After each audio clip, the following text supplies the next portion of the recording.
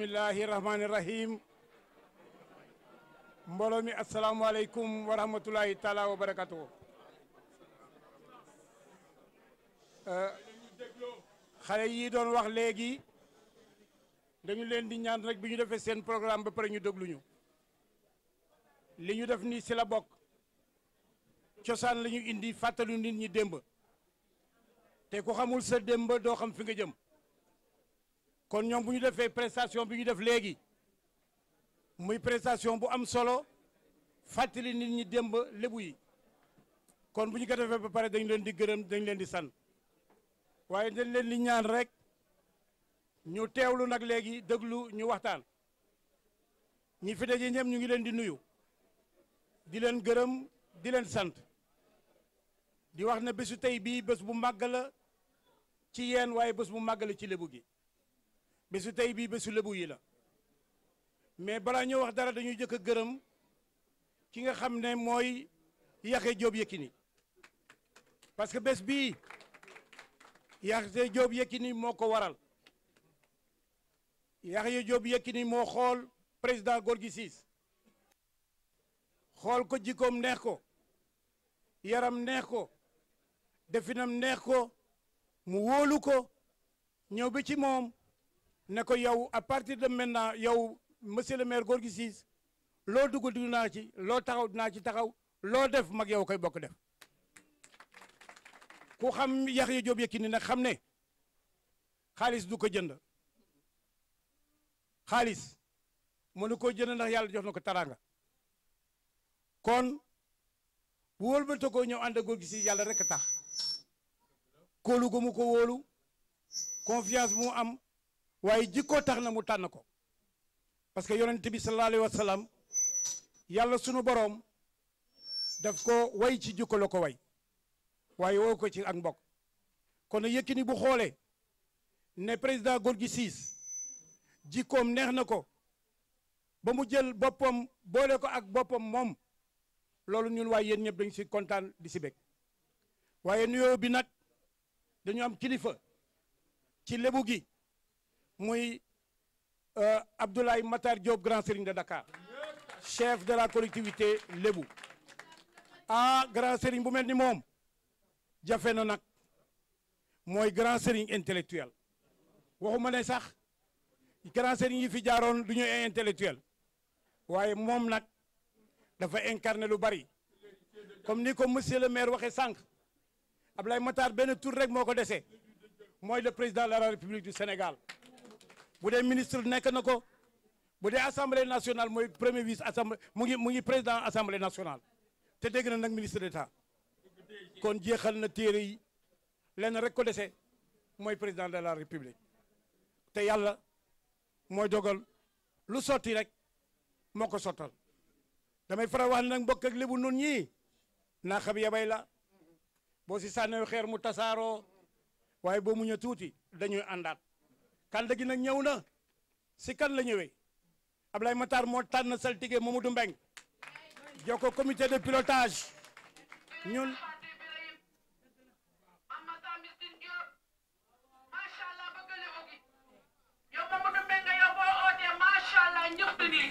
jërëjëf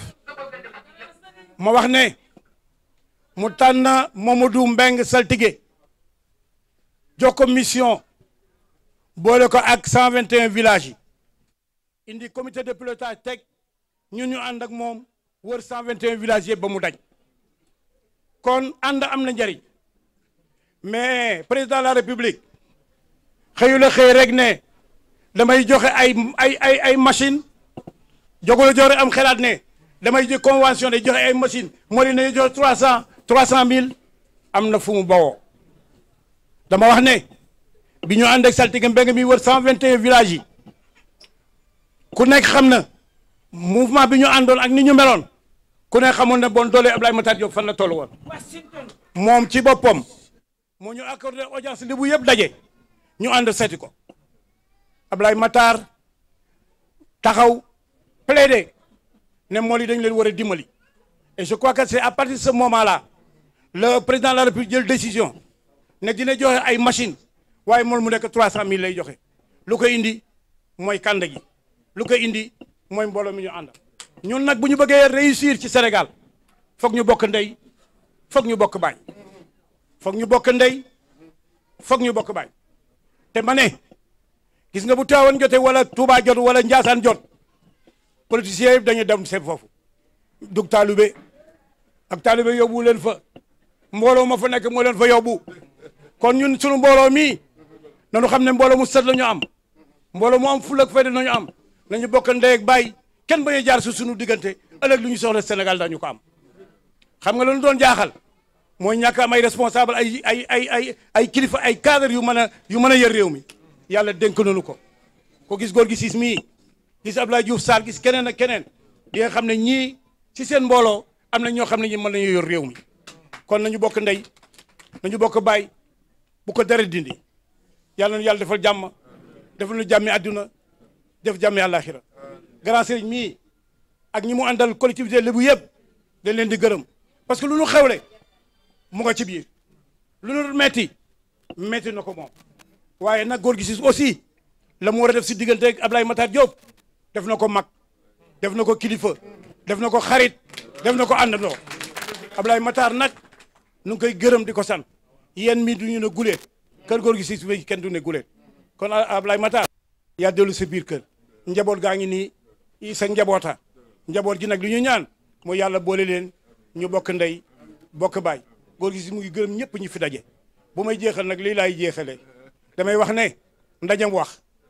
ndajam chauffeur la ku nekk yaa ngi yor sa permis yow bu ñu ne dawalal di jàggee ne yaa fi dàqa dawal da di oto moom benn direction lay am te boo dawalee infraction boo def si yoon wi na nga gëm ne gars yi ñuy toog xam nañ ko gars yi fi toog ngir yàlla bu ma def infraction na ngeen ma ko jéggal ndax yàlla moom mooñ doomu aadama si mat ak matadi sama biir ku discours nag matadi mën na cee am bu ma dabee rek maa ngi ñaan yàlla ngeen jéggal ma ko Yaya Diop Yékini nag li mu sumb yàlla na ko yàlla sottal si barke yonent bi Seydina Mohamed sallallahu alayhi wa sallam moom champion la de champion la si bëri bi mais politique bi mu dugal nii na ngeen gën a champion rek lay doon kon moom mii bu ànd ak góor gi si politique bi ay champion rek la ñu am bu soobee yàlla allahumma salli ala Seydina Mohamed sallam ngeen jégal maa ngi leen di fay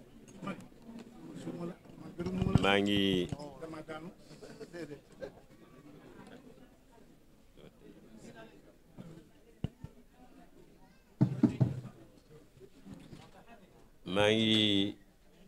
nuyu képp fi ñëw tey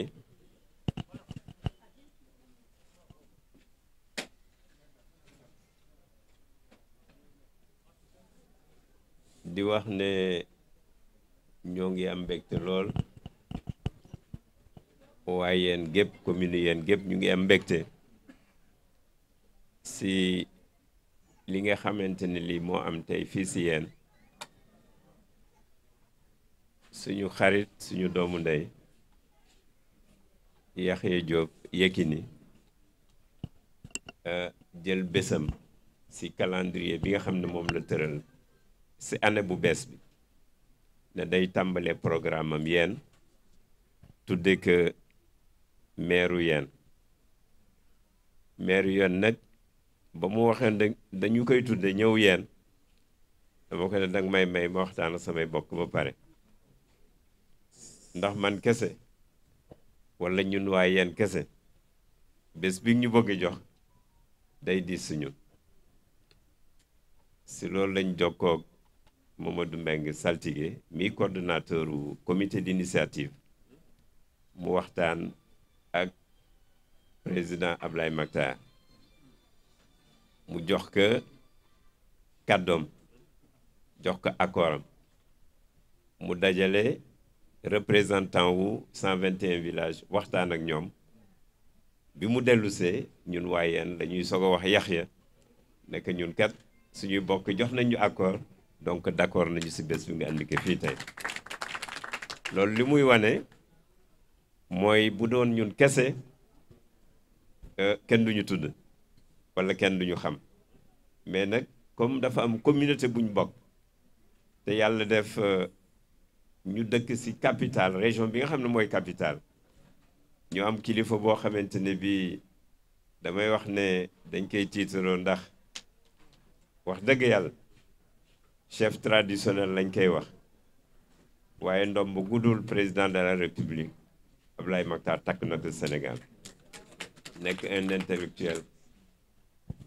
de très haut niveau nekk directeur général nekk ministre d'État ba léegi fi mu toog mooy vice président assemblée nationale donc kooku dara desatul si moom ñun dañ koy tiitoo Alaaji Ablaye Mactar yàlla na yàlla yàggal sa fan yàlla yàggal la si ndomb tànk bi nga yàgg ñoo jiite ndax ñun am nañu mbégte te ñun ku ñoo xam ne benn yoon rek la ñuy jàpp bu paree jeex na ñun nag ba nga taxawee ñun ñoo daje fii si yéen ñun ñëpp ñu waxtaan wax la ne ñoo fekk sa la tànk boo jéggi ñun dañ gis sa wet loo yëkkati dinañ si jàpp te nag comme dañ de gor sa wax ja ñun suñuy wax du dellu gannaaw ak lu àddina tourné lu coow bari ñun suñuy wax benn la te loolu yaa ngi koy doxal yaa ngi koy waxee yaa ngi koy jëmmal ndax loolu moo waral fii kër gi tey bu dul ñetti yoon mat na juróomi yoon yaa ngi fiy ñëw te boo ñu yëgul woon waaye yéen mais man nga yeble te koo yeble rek bu fekkee Masoogi la Njaay Lamine Njaay Masoogi wala nga yebal saltige mais ku si ñëw rek doy na parce que mën na la représenter vraiment ñu ngi lay gërëm bu baax à travers ce personne di gërëm toute la communauté lébu ñi nga xamante ne ñëpp 121 villages yëpp ku nekk def na représentant ñëw nañ fi tey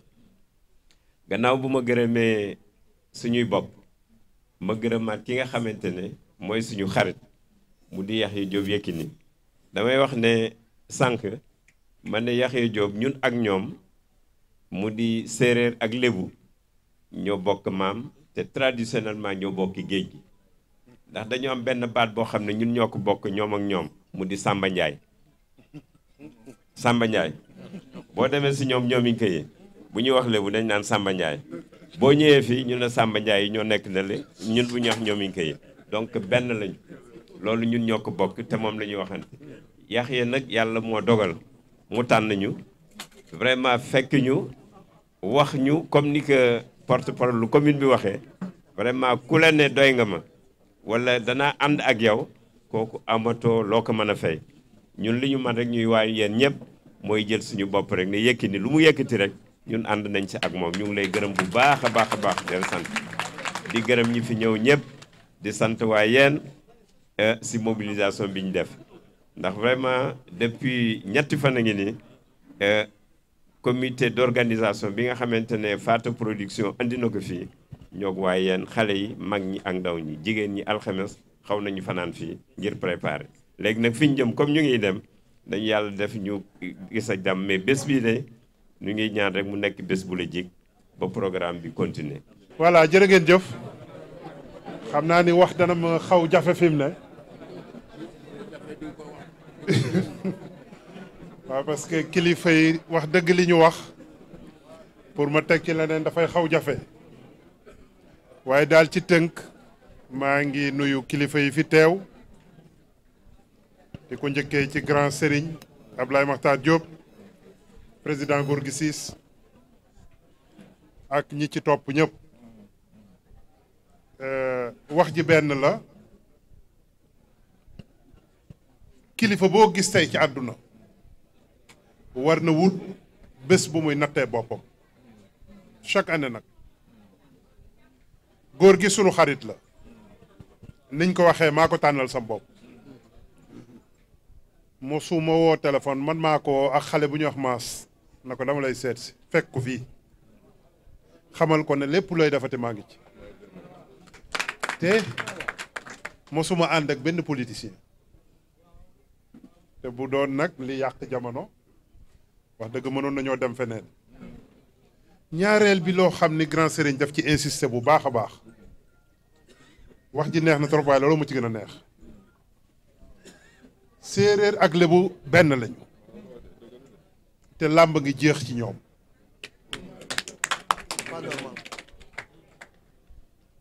te normalul te nag bu ñu waxantee dëgg xale yi ñoo foyetul làmb nangootuñ cee sonn làmb boo ci buggee dégg daal yi da ngay sonn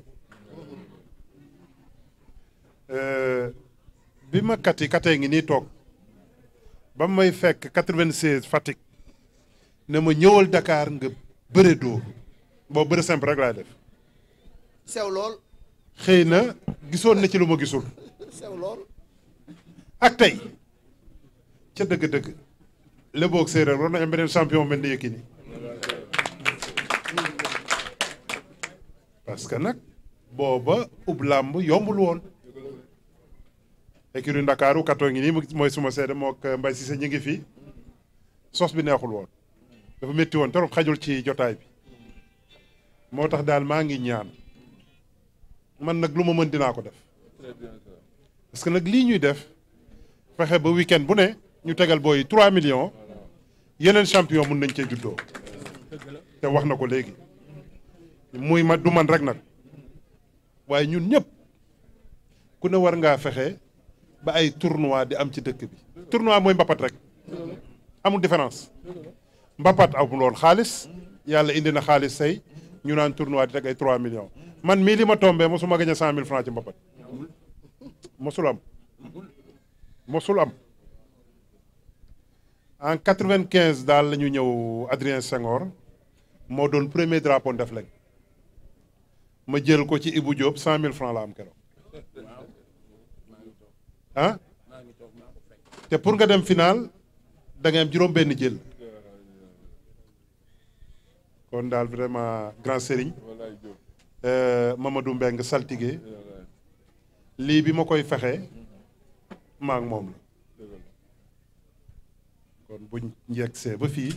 war nañ ko sant gërëm ko parce que ku grand sérigne wóolu la te vraiment muy nit ku baax man ma ñeme ko lool ba ma koy wax président Gorgui Ciss boobu yegg seeguñ ci lii ma ne ko Mamadou Mbengue ma ne ko ma doy la xaw ma ko waaye wax dëgg dama ko doyloo vraiment yal na yàlla woyofal lépp barkeel lépp jox ñu yeneen champion ci secteur yëpp jërë ngeen jëf jërë ngeen jëf bismillahi rahmani rahim alhamdulillahi rabbil alamin wasalaatu wasalaamu ala rasulillahi wa ala alihi wa sahbihi wa xulafaihi wa man tabi'ahum bi ihsan ila yawmi din asalaamaaleykum mbooloo mu tedd mi fii ñu toll nii bu ma sañoon kenn ku nekk damay jaar sa tur ak sa sant te du moy jublu ci lan wax ne lii nga xam ne ku lu ko ñoon wax na ko monsieur le maire Gorgui Ciss wax ko ay mbokki kese fi daje ñu rafetlu ko lool te man ci sama seetlu bopp keroog bi nga xamee ne Yaxya Jóob Yékini ànd naag Gorgui Ciss ca dëkk ba ma taal télévision gis ko maa téléphoné Gorgui Ciss ne ko góor gi lii de su ma ko teeloon yëg dinaa ñëw ànd ak yow ndax ku la teral ku ne lébu gi la teral maa ko wax te li mu wax ci man damay wax ne étape bu mu wax ci sama vie étape bu sant yàlla la moo xam carrière politique moo xam carrière sportive moo xam carrière sociale dogal suñu borom la borom xam-xam yi dañuy wax ne yàlla su bëggalee ndam sëriñ day fexe ba ñaan loo ko lu mu dogal ba pare kon bu ñu toogee tey Gorgui Ciss nekk maire ñu dëgmal élection locale fu nekk gars yi rëb-rëb yi mu dal tey kenn déggu ko ci dara kenn man personnellement bokk maa ngi jël seede Adama Kadam sama homologue député bi toog dégguma ci rajo yi gisuma ci internet gisuma ci télévision pour benn mbooloo daje jiitu dogalu président Macky Sall ne investir nañu Gorgui Ciss dégguma ko kon dal gi ñu doon wax sànq ak gëm yàlla gi moo nekk ci moom mu dëppoog li nga xam ne moo doon digganteem ak waa yeen li mu wax ci man ci moom la nekk ku ko xamul miinuloo ko buñ la waxee ne professeur titulaire de chaire la à l'université doo ko xam bu dee njàngam kese nag fa la li jaase yi yam fii may wax yow mooy secrétaire aux relations internationales du parti socialiste du ko waxee du ko doxee. kon yooyu li mu nekk ci moom ñu mën koo wax sama wàllu càmmoñ ñiy jóge Wakaam ak Yoff ak Ngor ñu jóge Dakar ak Tëngéej ak ñi dëkk fii ak Jalaaw dama ne bu dul ñoom ak Jandeer seen doom wala seeni sët ñu ngi ràngoo yooyu la jaasa kon su yàlla defee ñu dox bu collectivité Lébu tollu foofu war nañu am beneen xeetu doxalaat yeneen xeetu waxtaan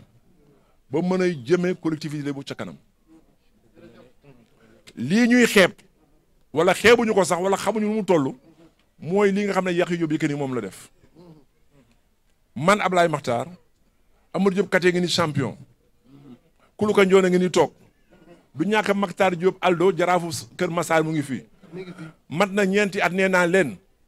li nekk ci ay mbër ci xale Lébu ci tefes gi fexe leen ba ñu am tournoi des jeunes lutteurs Lébu kon nag boo ubbee bunt bi champion man dama ciy kontaan ñëw nga sama kër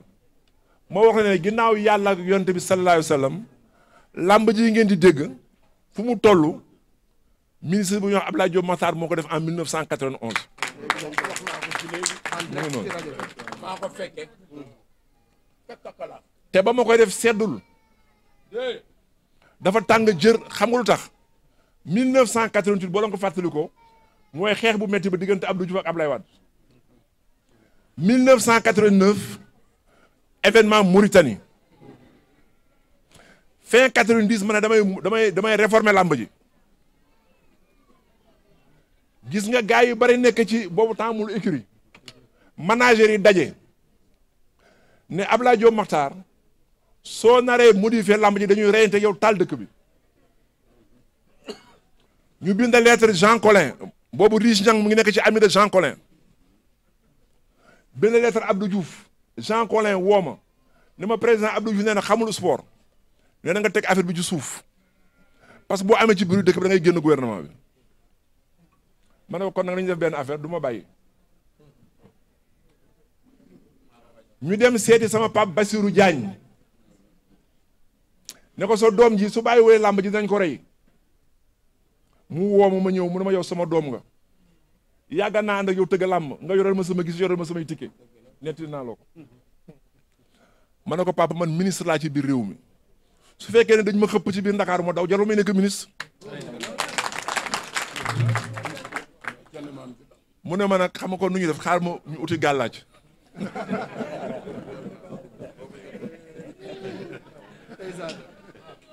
may wax Malick Thiandoum ne ko lii ma lay wax bis boo amee jot day ànd ak Yékini ma jox la premier arrêté bi ma defar créé Kakalaaf parce que loolu ci bis bi la xaj li tax mu nekk arrêté dama xam ne su ma defee décret ak coow li bu eggee présidence kenn du ko signé ma def ko arrêté militaire mu yam ci man maa andi licence su mbër maa andi licence su promoteur maa wax ne ku dëgg làmb balaa mbër mi sëgg nga jox ko 50% 50% yi nga def ko chèque bàyyi ko ci Kakalaaf baa fi jeexal bon mu ngoog ma wax ne yow kii li may wax seede la ci Moustapha Ndiaye yàlla na yàlla dolli ay leeram woo ma ci sport de chez nous ma ne ko man bala maa xam ne réforme bi baax na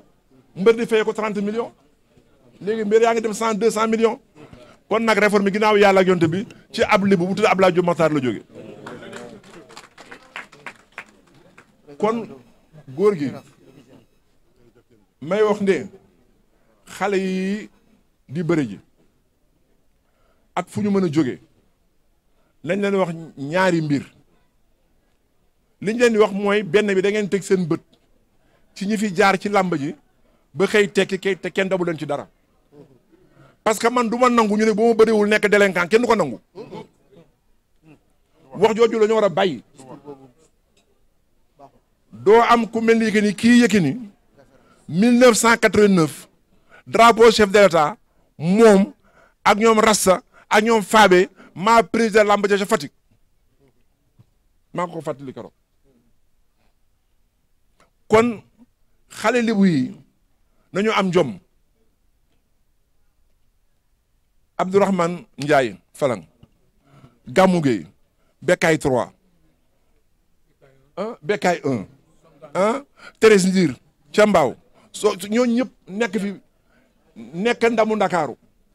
kon bu ñu créé écurie Ndakaaru kii di séeréer ñëw nekk ci yóbbu turu Ndakaaru ci làmb ji foo xam ne dañu ko fàtte woon ca jamonoy Falang keroog ba mu defee écurie Ndakaaru Alioune Njaañ Mboor moo ko woo ndey ji réew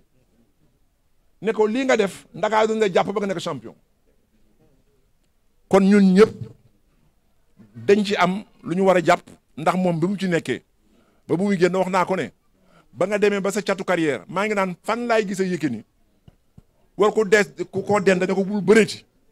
buñ la fay 1 milliard a bañal ndax nga nekk le seul mbër bu bëree ba bàyyi kenn ma su koo daan voilà. kon bu ñu dajee ci yu mel nii ku baax ku mel nii jiite ko ay kilifa bu ko télévision génne maa ngi leen di gërëm dinañ xam ne ña fa nekkoon su Ablaye Makhtar Diop ñëwul woon su saltige ñëwul woon su jaraaf vokaam ñëwul woon bu saltige ñëwul woon ay kilifa ci jàkk yi ay kilifa ci daara yi ay soxna yu baax ñoo fa toog te ñooñu fu ñu toog teraanga ak yiw la ñu fa andi kon fii ñu jëm góor gi ne yàlla na fa def yàlla mu sedd buñ fa jógee itam yàlla na sedd ba Yékini wala Yaxya Diop wala Matar Diop Aldo ñu saxal lii 121 villages xanaa bokk sooy boolee 10 villages mu ne 10 villages par mois muy 12 mois chaque mois nga mën a tëgg mbapat ñu ñëw.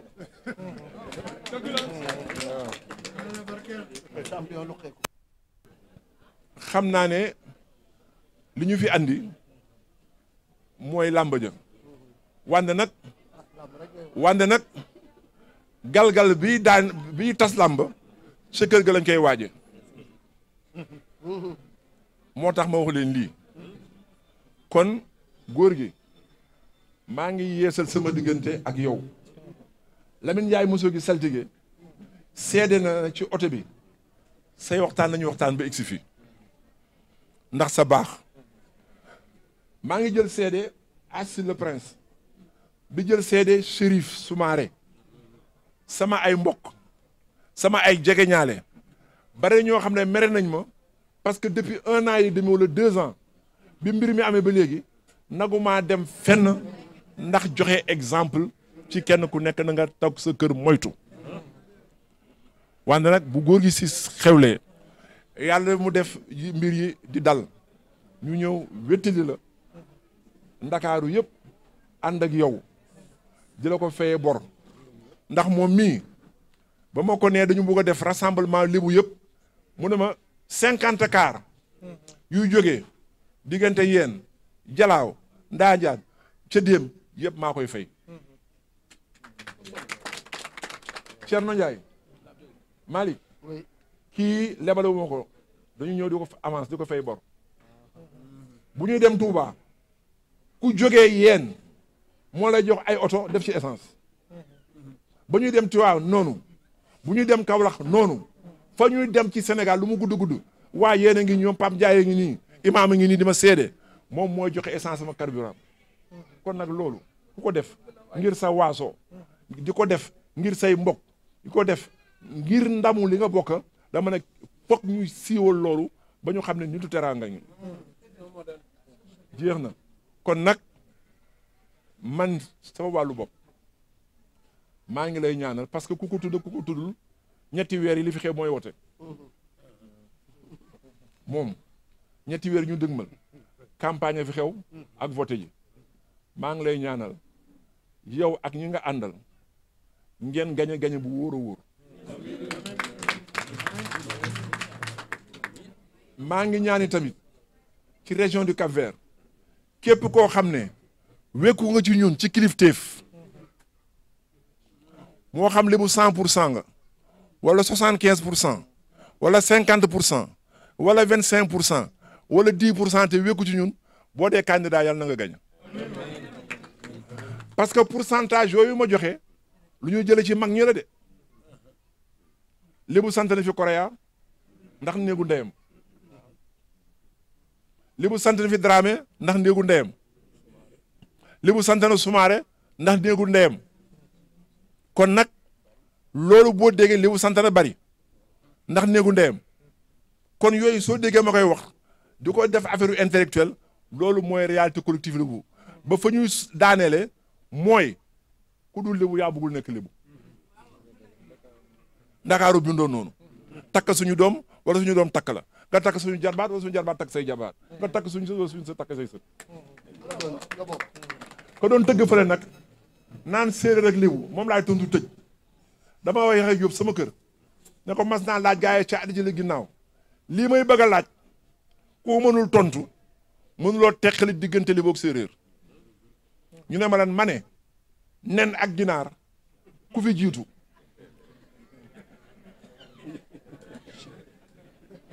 ku mënul tontu boobu tontu mënuloo taxale li boog séeréer allahumma salli ala sayyidina muhammad jaraaf Mamadou Gueye Wakam. tey jii nii ngeen ñëw assister fii nii benn balade lutte boo xam ne monsieur le maire de yéen moo ko organisé tey ban sentiment nga am par rapport ak ginnaaw bu ñu sante yàlla julli si yonentam sentiment de fierté la ñu am boo xam ne mu ngi jëm ci communauté lébu parce que ki nga xam ne mooy le grand champion Yaxya Diop bu jëlee grade de lutte bi teg ko si loxo Gorgui Ciss mu teg ko si loxo grand serigne de Dakar Abdoulaye Diop Makhtar bon fierté la pour la communauté lébu d'abord tout simplement parce que boo nee lutte rek yaa ngi xalaat lébu foofu lébu la cosaanu lébu la donc c'est avec une grande fierté que laa ñëw fii ci yéen pour prêter main forte ki nga xamante ne mooy le premier magistrat de la commune di Gorgui Ciss vraiment ñëw taxaw à ses côtés pour que fête bi nga xam ne vraiment cosaan la comme ni ma ko waxee vraiment yàlla def ci sutura yàlla def ci teranga que Gorgui Ciss fi mu bëgg a yegg yàlla yóbbal ko mu yegg. rahmatullahi taala wa barakaatu man maay jaraaf Modba Seck bu Yoof ànd ak saltige Mamadou Mbengue ci bés bi nga xam ne moom la Yékini jox Gorgui Ciss mooy suñu doom muy maire yeen ñu ànd ak grand serigne Alaaji Abdoulaye Makhtar Diop ñu war a ñëw nag pour ndokkeel delloowaat teraanga Yékini ndax Yékini dafa defati rek loo xam ne teraanga la ndax ba nga xamee ne sos nañu écurie Ndakaaru moom moo nangoo ñëw nekk ca bopp ba turu Ndakaaru delluwaat fa mu nekkoon ci wàllu làmb ji ba tey ji ñoo Yékini mu def parcours bu kenn mësul def yàlla dimbali ko ba tey mu génn ci làmb ji ak jàmm ak ndam mu jël bés bi tuddee ko Gorgui Ciss bon delloowaat na moom itam teraanga ak njukkal lébu yi ñun nag suñu teewaay fii mooy teewaanu askanu lébu gépp ñu ànd ak saltige Mamadou Mbengue l'infatigable ñuy wax toujours Ablaye Makhtar Diop grand serigne de Dakar que ñu ngi koy dollee di ko gërëm moom mi nga xam ne tànn na kenn ci sunu biir muy saltige Mamadou Mbengue nga xam ne képp ku mu maaseel jamono moo la gën a rafet nu mu doxee waaye ñi ko jiitu woon sax Mamadou Mbengue liggéey na ci Yoof loo xam ne ci lébu gi ñi ko jiitu woon takki ndomba kenn ci ñoom eggul fi Mamadou yegg bon moom xam na fi mu teg tànkam mu ngi roy mag ñi loolu moo tax fépp fu mu teg tànkam ñu ànd ak moom suñu rakka la sama xarit la te déggal na ma lépp lu muy def dina diisoog man ma wax ka ci li ma xam ñu ànd ci dox ko. waaw ñu ngi sant yàlla di julli ci Yonent bi man la saltige Badulaay Ndoye président du conseil des notables de Wakam.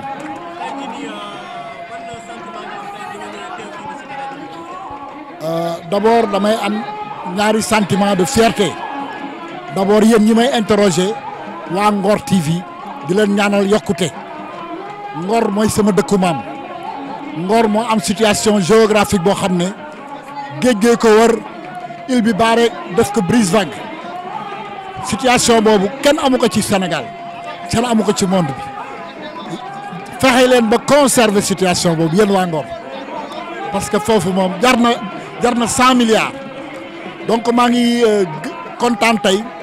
ci li ñu def suñu maire bi di Gorgui Ciss ñu tudde ko drapeau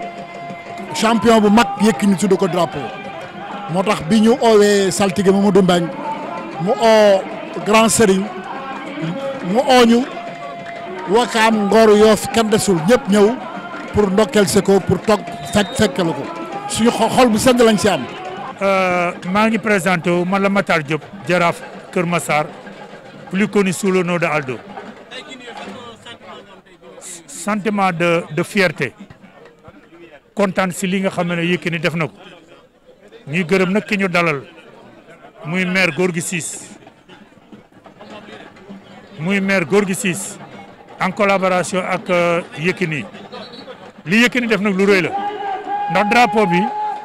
bu ne def ko tuddee collectivité grand Serigne collectivité lébu yëpp la ko tuddee ñuy gërëm nag ki mu àndal te moo ko waxal boppam muy Mamadou Mbengue ndax organisation bi su melee ni ñoom ñoo si jàpp kon tey yéen tamit waa Ngor Plus dinañ leen gërëm parce que lii nag dañoo bëgg bu ëllëgee sax ñoo am télévision boo xamee ne télévision lébu gi lay tudd yéen nag yéen a ngi si yoon wi di bay seen waar kon góorgóorlu leen activité boo xamee ne lébu yi am nañ ko ngeen dem couvrir ko wane li nga xamante parce que am na lu ñu manqué woon mais mi ngi si yoon wi góorgóorlu leen. ndax ku gis mobilisation bi nekk fii war nga bëgg tundub yeen kenn desu fi li sës si moom it kenn desu fi te loolu nag boo ko gisee am na ñu ko waral Yékini ñu ngi ko sant ñu ngi koy gërëm ndax geste bi mu def jëm si ci Gorgui Ciss te Gorgui Ciss mooy ñun mooy Ndakaaru mooy yeen di ku baax am nag un niveau intellectuel boo xam ne macha allah ba pare nag ñi nga xam ne yor na leen mu yor leen na mu leen war a yoree ba nu jógee këram ba ba nu yegg si fii gis nga mobilisation bi nekk ci yoon wi yëpp nit ñi nag kenn moomu leen nit ñi kenn moomu leen boo gisee loolu rek c'est que kooku am na taxawaay bu rafet léegi nag ñu ngi sant yàlla ñu ngi ñaan rek yàlla mottali lépp mu am koo xam ne it foog ñu tudd ko tudd nañu Yékini tudd nañu Gorgui Ciss waaye foog ñu tudd tam saltige ndax saltige moo yore comité de pilotage bi te nag nit la koo xam ne jafe na ci jamono tey koo xam ne bu nit ñi jógee nga jóg bu ñu jógulee nga jóg foo war a dem fa soo waree wax te boo waxee mu doon wax joo xam ne ju rafet lay doon bu rassembler tout le monde yow war nañ la gërëm lii mu ngi ciy jouer rôle bu rëy ko gisee xam nga day dellu rek di sant yàlla wax dëgg yàlla du ma noppee du di ko wax suñu waajur yi dañu bàyyil patrimoine bu rëy macha allah fa tabarakallah boo ci joxee tuuti rek nga xam foo war a mën a teg sa tànk lébu da lay wax ne rek a topp mag doom topp bàyyi da nga war a am kilifa lébu da lay wax ne wat gaal yu ko dañu war a communiquer ci lu bare te boo demee ci penc mi la koy doxal la ci ëpp solo mooy dëgg ak vérité ci lu bare lébu daf lay jàngal ne mbooloo mooy doole lébu daf lay jàngal ne wax dëgg yàlla loo leen di yóotu boo leen bokkee ndey bokk bay war ngeen ko war a mën a régler ci lu bare donc lu nekk itam ci démocratie lébu da nga koy lëkkale ak jamono bi ngay dund ak fii réew mi di jëm moo tax la ñu gënaloon mooy la ñu bàyyil moo ñu def ko weñu say bokk ndey benn baay loolu mooy travail en équipe il est vrai que démocratie am na jàngale nañu ko ci ñi temps moderne waaye am na ñu ko dee jàngale ci biir waxtaane ko ci lu bare gannaaw bu loolu amul itam nañu ko delloo si suñu borom ne mooy dogal lu ko soob ñu def ko ci jàmm ak sutura ci lu bare waaye xam ne itam sas bi itam du lu woyof loo xamee ne itam dañu koy ñooxu sóoru ko ci anam boo xamee ne jàngatu la ko ci biir ak ci biti lu jar a jàngat la ci lu bare moo tax la ca gën ak luy woon suñu yéene mooy ci lu bare ñu tànn ña xamante ne kenn ku nekk ñu jox la sa cër mooy kenn ku nekk fa nga ma ne la nga ma ne ak la nga yeyloo bu ñu la ko joxee rek suñu borom mën nañu dimbali fa ñu bëgg àgg danañ fa àgg te jàpp ne itam jamono dafa ubbeeku jamono dafa soppeeku nañu dëkkoon daaw ak daaw jéeg bokkul ak nañu dëkk ren ak déwén itam loolu itam ñu sóoraale ak en compte xam ne suñu communes yi itam noonu la bindoo loolu moo tax ci wàllu ngor gis nañu ne bari nañuy fay xëccu bari nañu bëgg a dem ci làmb ji waaye nañ ko defee ak xel ak sago te lu bëree bëri bu ñu ko defee noonu rek je pense que duñu ci réeroo ndax la ci am solo élection yi bu passé kenn mooy jël maire bi waaye kii jël maire bi itam na xam ne da ko jël pour dëkk ba ñeneen ñii ñàkk itam nangu dogal suñu borom ñu ànd rek def ko génn gaal grand bu ñu ko defee génn gaal grand te le principe est très simple day tànn mool yu baax yi rek mu am benn moolum ngeen ñu liggéey suñu dëkk loolu laa gis ne war a mën a nekk waaye la ma koy wax tous les jours c'est un appel ma koy lancé au maire et dama koy faral di dégg ci saltige ci un grand talibé de Serigne Babacar Sy radiyallahu taala anhu dafa daan wax ne mbooloo daal yéem na ko mbooloom xale rek wala gi mbooloom mag rek moom yaakaar na ne efficacité mu ngi nekk ci mixité boo xamee ne day jël xale yi boole leen ak seeni mag loolu bu ñu ko defee à tous les niveaux compétence bi ressources humaines bi xam-xam bi du rëcc ndax muy Ngor Wakam ak Yoff ak Ndakaaru am na si ay potentiel ay compétences ay ressources humaines yoo xam ne seen xam-xam waruñu ko bàyyi muy nelaw dañu ko war a jëli andi ko au service de la commune donc appel boobu la ñuy lancé baax na pour Ngor Wakam ak Yoff di leen ñaanal yàlla ci lu bëree bëri ñun suñu itte yëpp ma nekk au service des populations boo ñëwee talibé nekk au service de ta communauté nekk yow guddi bëccëg ak waxtu nga leen oo rek yaa ngi si service communauté bi yal nañu yàlla defal sutur. salaamaaleykum saltige Mamadou Mbengue saltige à Yoff président du comité pilotage des 121 villages Lébu au nom du grand serigne Ablaye Matar et tous les dignitaires et imams ratib de la grande mosquée de Dakar. sant yàlla sant Yekini champion Yahya Diop jiite Fata production am tournoi yu mu war a def sur le plan national doon ko ubbi tey à Yène tuddee que la communauté lébu parce que dafa jël benn doomu lébu muy Gorgui Ciss maire Yoff Yène professeur dénk ko tuddee ko parrainé ko si mbaaxam Gorgui Ciss delloo ko toute la communauté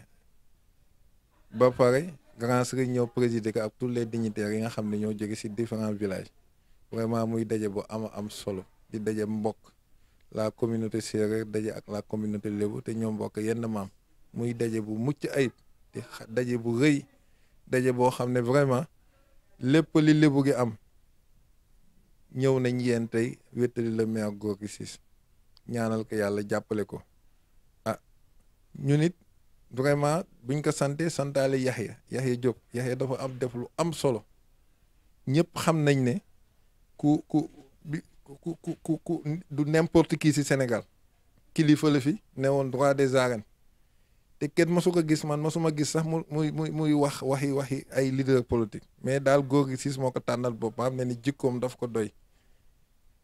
yaram doy ko moo tax mu ñëw si wetam di ko jàppale muy lu am solo loolu nag ñun ñi lay jàppale Gorgui Ciss ku ko jàppale rek ñun nga jàppale kon ñu ngi sant yàlla si bëccëg bi ni mu demee tey mooy vraiment la fa daje si mbooloo ak ay mbokk ak waxtaan wu rafet depuis ñu maire dalal ñu këram wax jëfa jub yëpp ba ñu nekk dem stade vraiment muy daje bu am solo dañ ciy sant yàlla di ñaan yàlla relation bi yàlla na ko yàlla gën a dëgëral vraiment sant dignitaires yi ñu àndaloon dama wax ne boo wootee ñëpp jóg ñi feebar bàyyi seen feebar ñi amoon seen xew dàq ko jaraaf Mamadou Gueye Wakaam ñoom ñëpp amoon nañ ngànt mais boo jógee ba jandeer ñëpp ñëw ànd loolu duñ man lu rafetlu ko di woote waat lébu gi ñu gën a taxaw gën a nekk benn ku ne li nga yenu yaa ko yenu waaye bu essentiel ñëwee wala ñu bëgg a jàppale si doom ñun ñëpp ñu ànd rek buñ pare ku nekk dellu sa bopp vraiment di remercier Ngor Plus tey si suba ba tey ji 21h ñu ngi ànd ak yéen ngeen couvrir événement bi ànd ak ñun loolu nag dama wax ne li tax ñu man ka mbokk moo tax mbokk nga moo tax te say mbokk ñoo woote nga jël sa matériel ak sa yëpp ñëw yendoog ñun comme ñun niñ ko defee en tant que dignitaire loolu dafay am solo kon ñu ngi lay ñaanal seen télé bi yàlla na gën a yokk yàlla yokk ñu ànd ak ñun ñëpp jàppal ne daal li ñu jëm incha allah partenariat lañ siy doon ñu àndandoo ñun ñëpp jàpp si ba maire yi Ndakaaru dugg si loxo ministre bi Abdoulaye Diouf Sarr vraiment loolu la ñuy ñaan remercier Yekini si teraanga bi mu yëkki defal ma ko dafa jàpp ne ku ma teral ak grand sëriñ teral nga toute la communauté mu jël décoration bi defal ñu ko devant tout le public bi nga daje woon foofu maa ngi la grand sëriñ de Dakar moom it ñu ngi koy ñaanal yàlla ko yàlla dolli jàmm li mu bëgg si kiwam bi production bi yàlla ko yàlla defal ko si ndam. ba sant ñëpp gërëm ñëpp joxe rendez-vous vraiment si pré campagne bi après campagne bi li ñu bëgg yëpp si communauté bi ak mébét yi imam ratib am ak grand sëriñ ak toutes les dignitaires yàlla defal ñu ko si barke Seydina Mohamed alayhi salaatu wa salaam.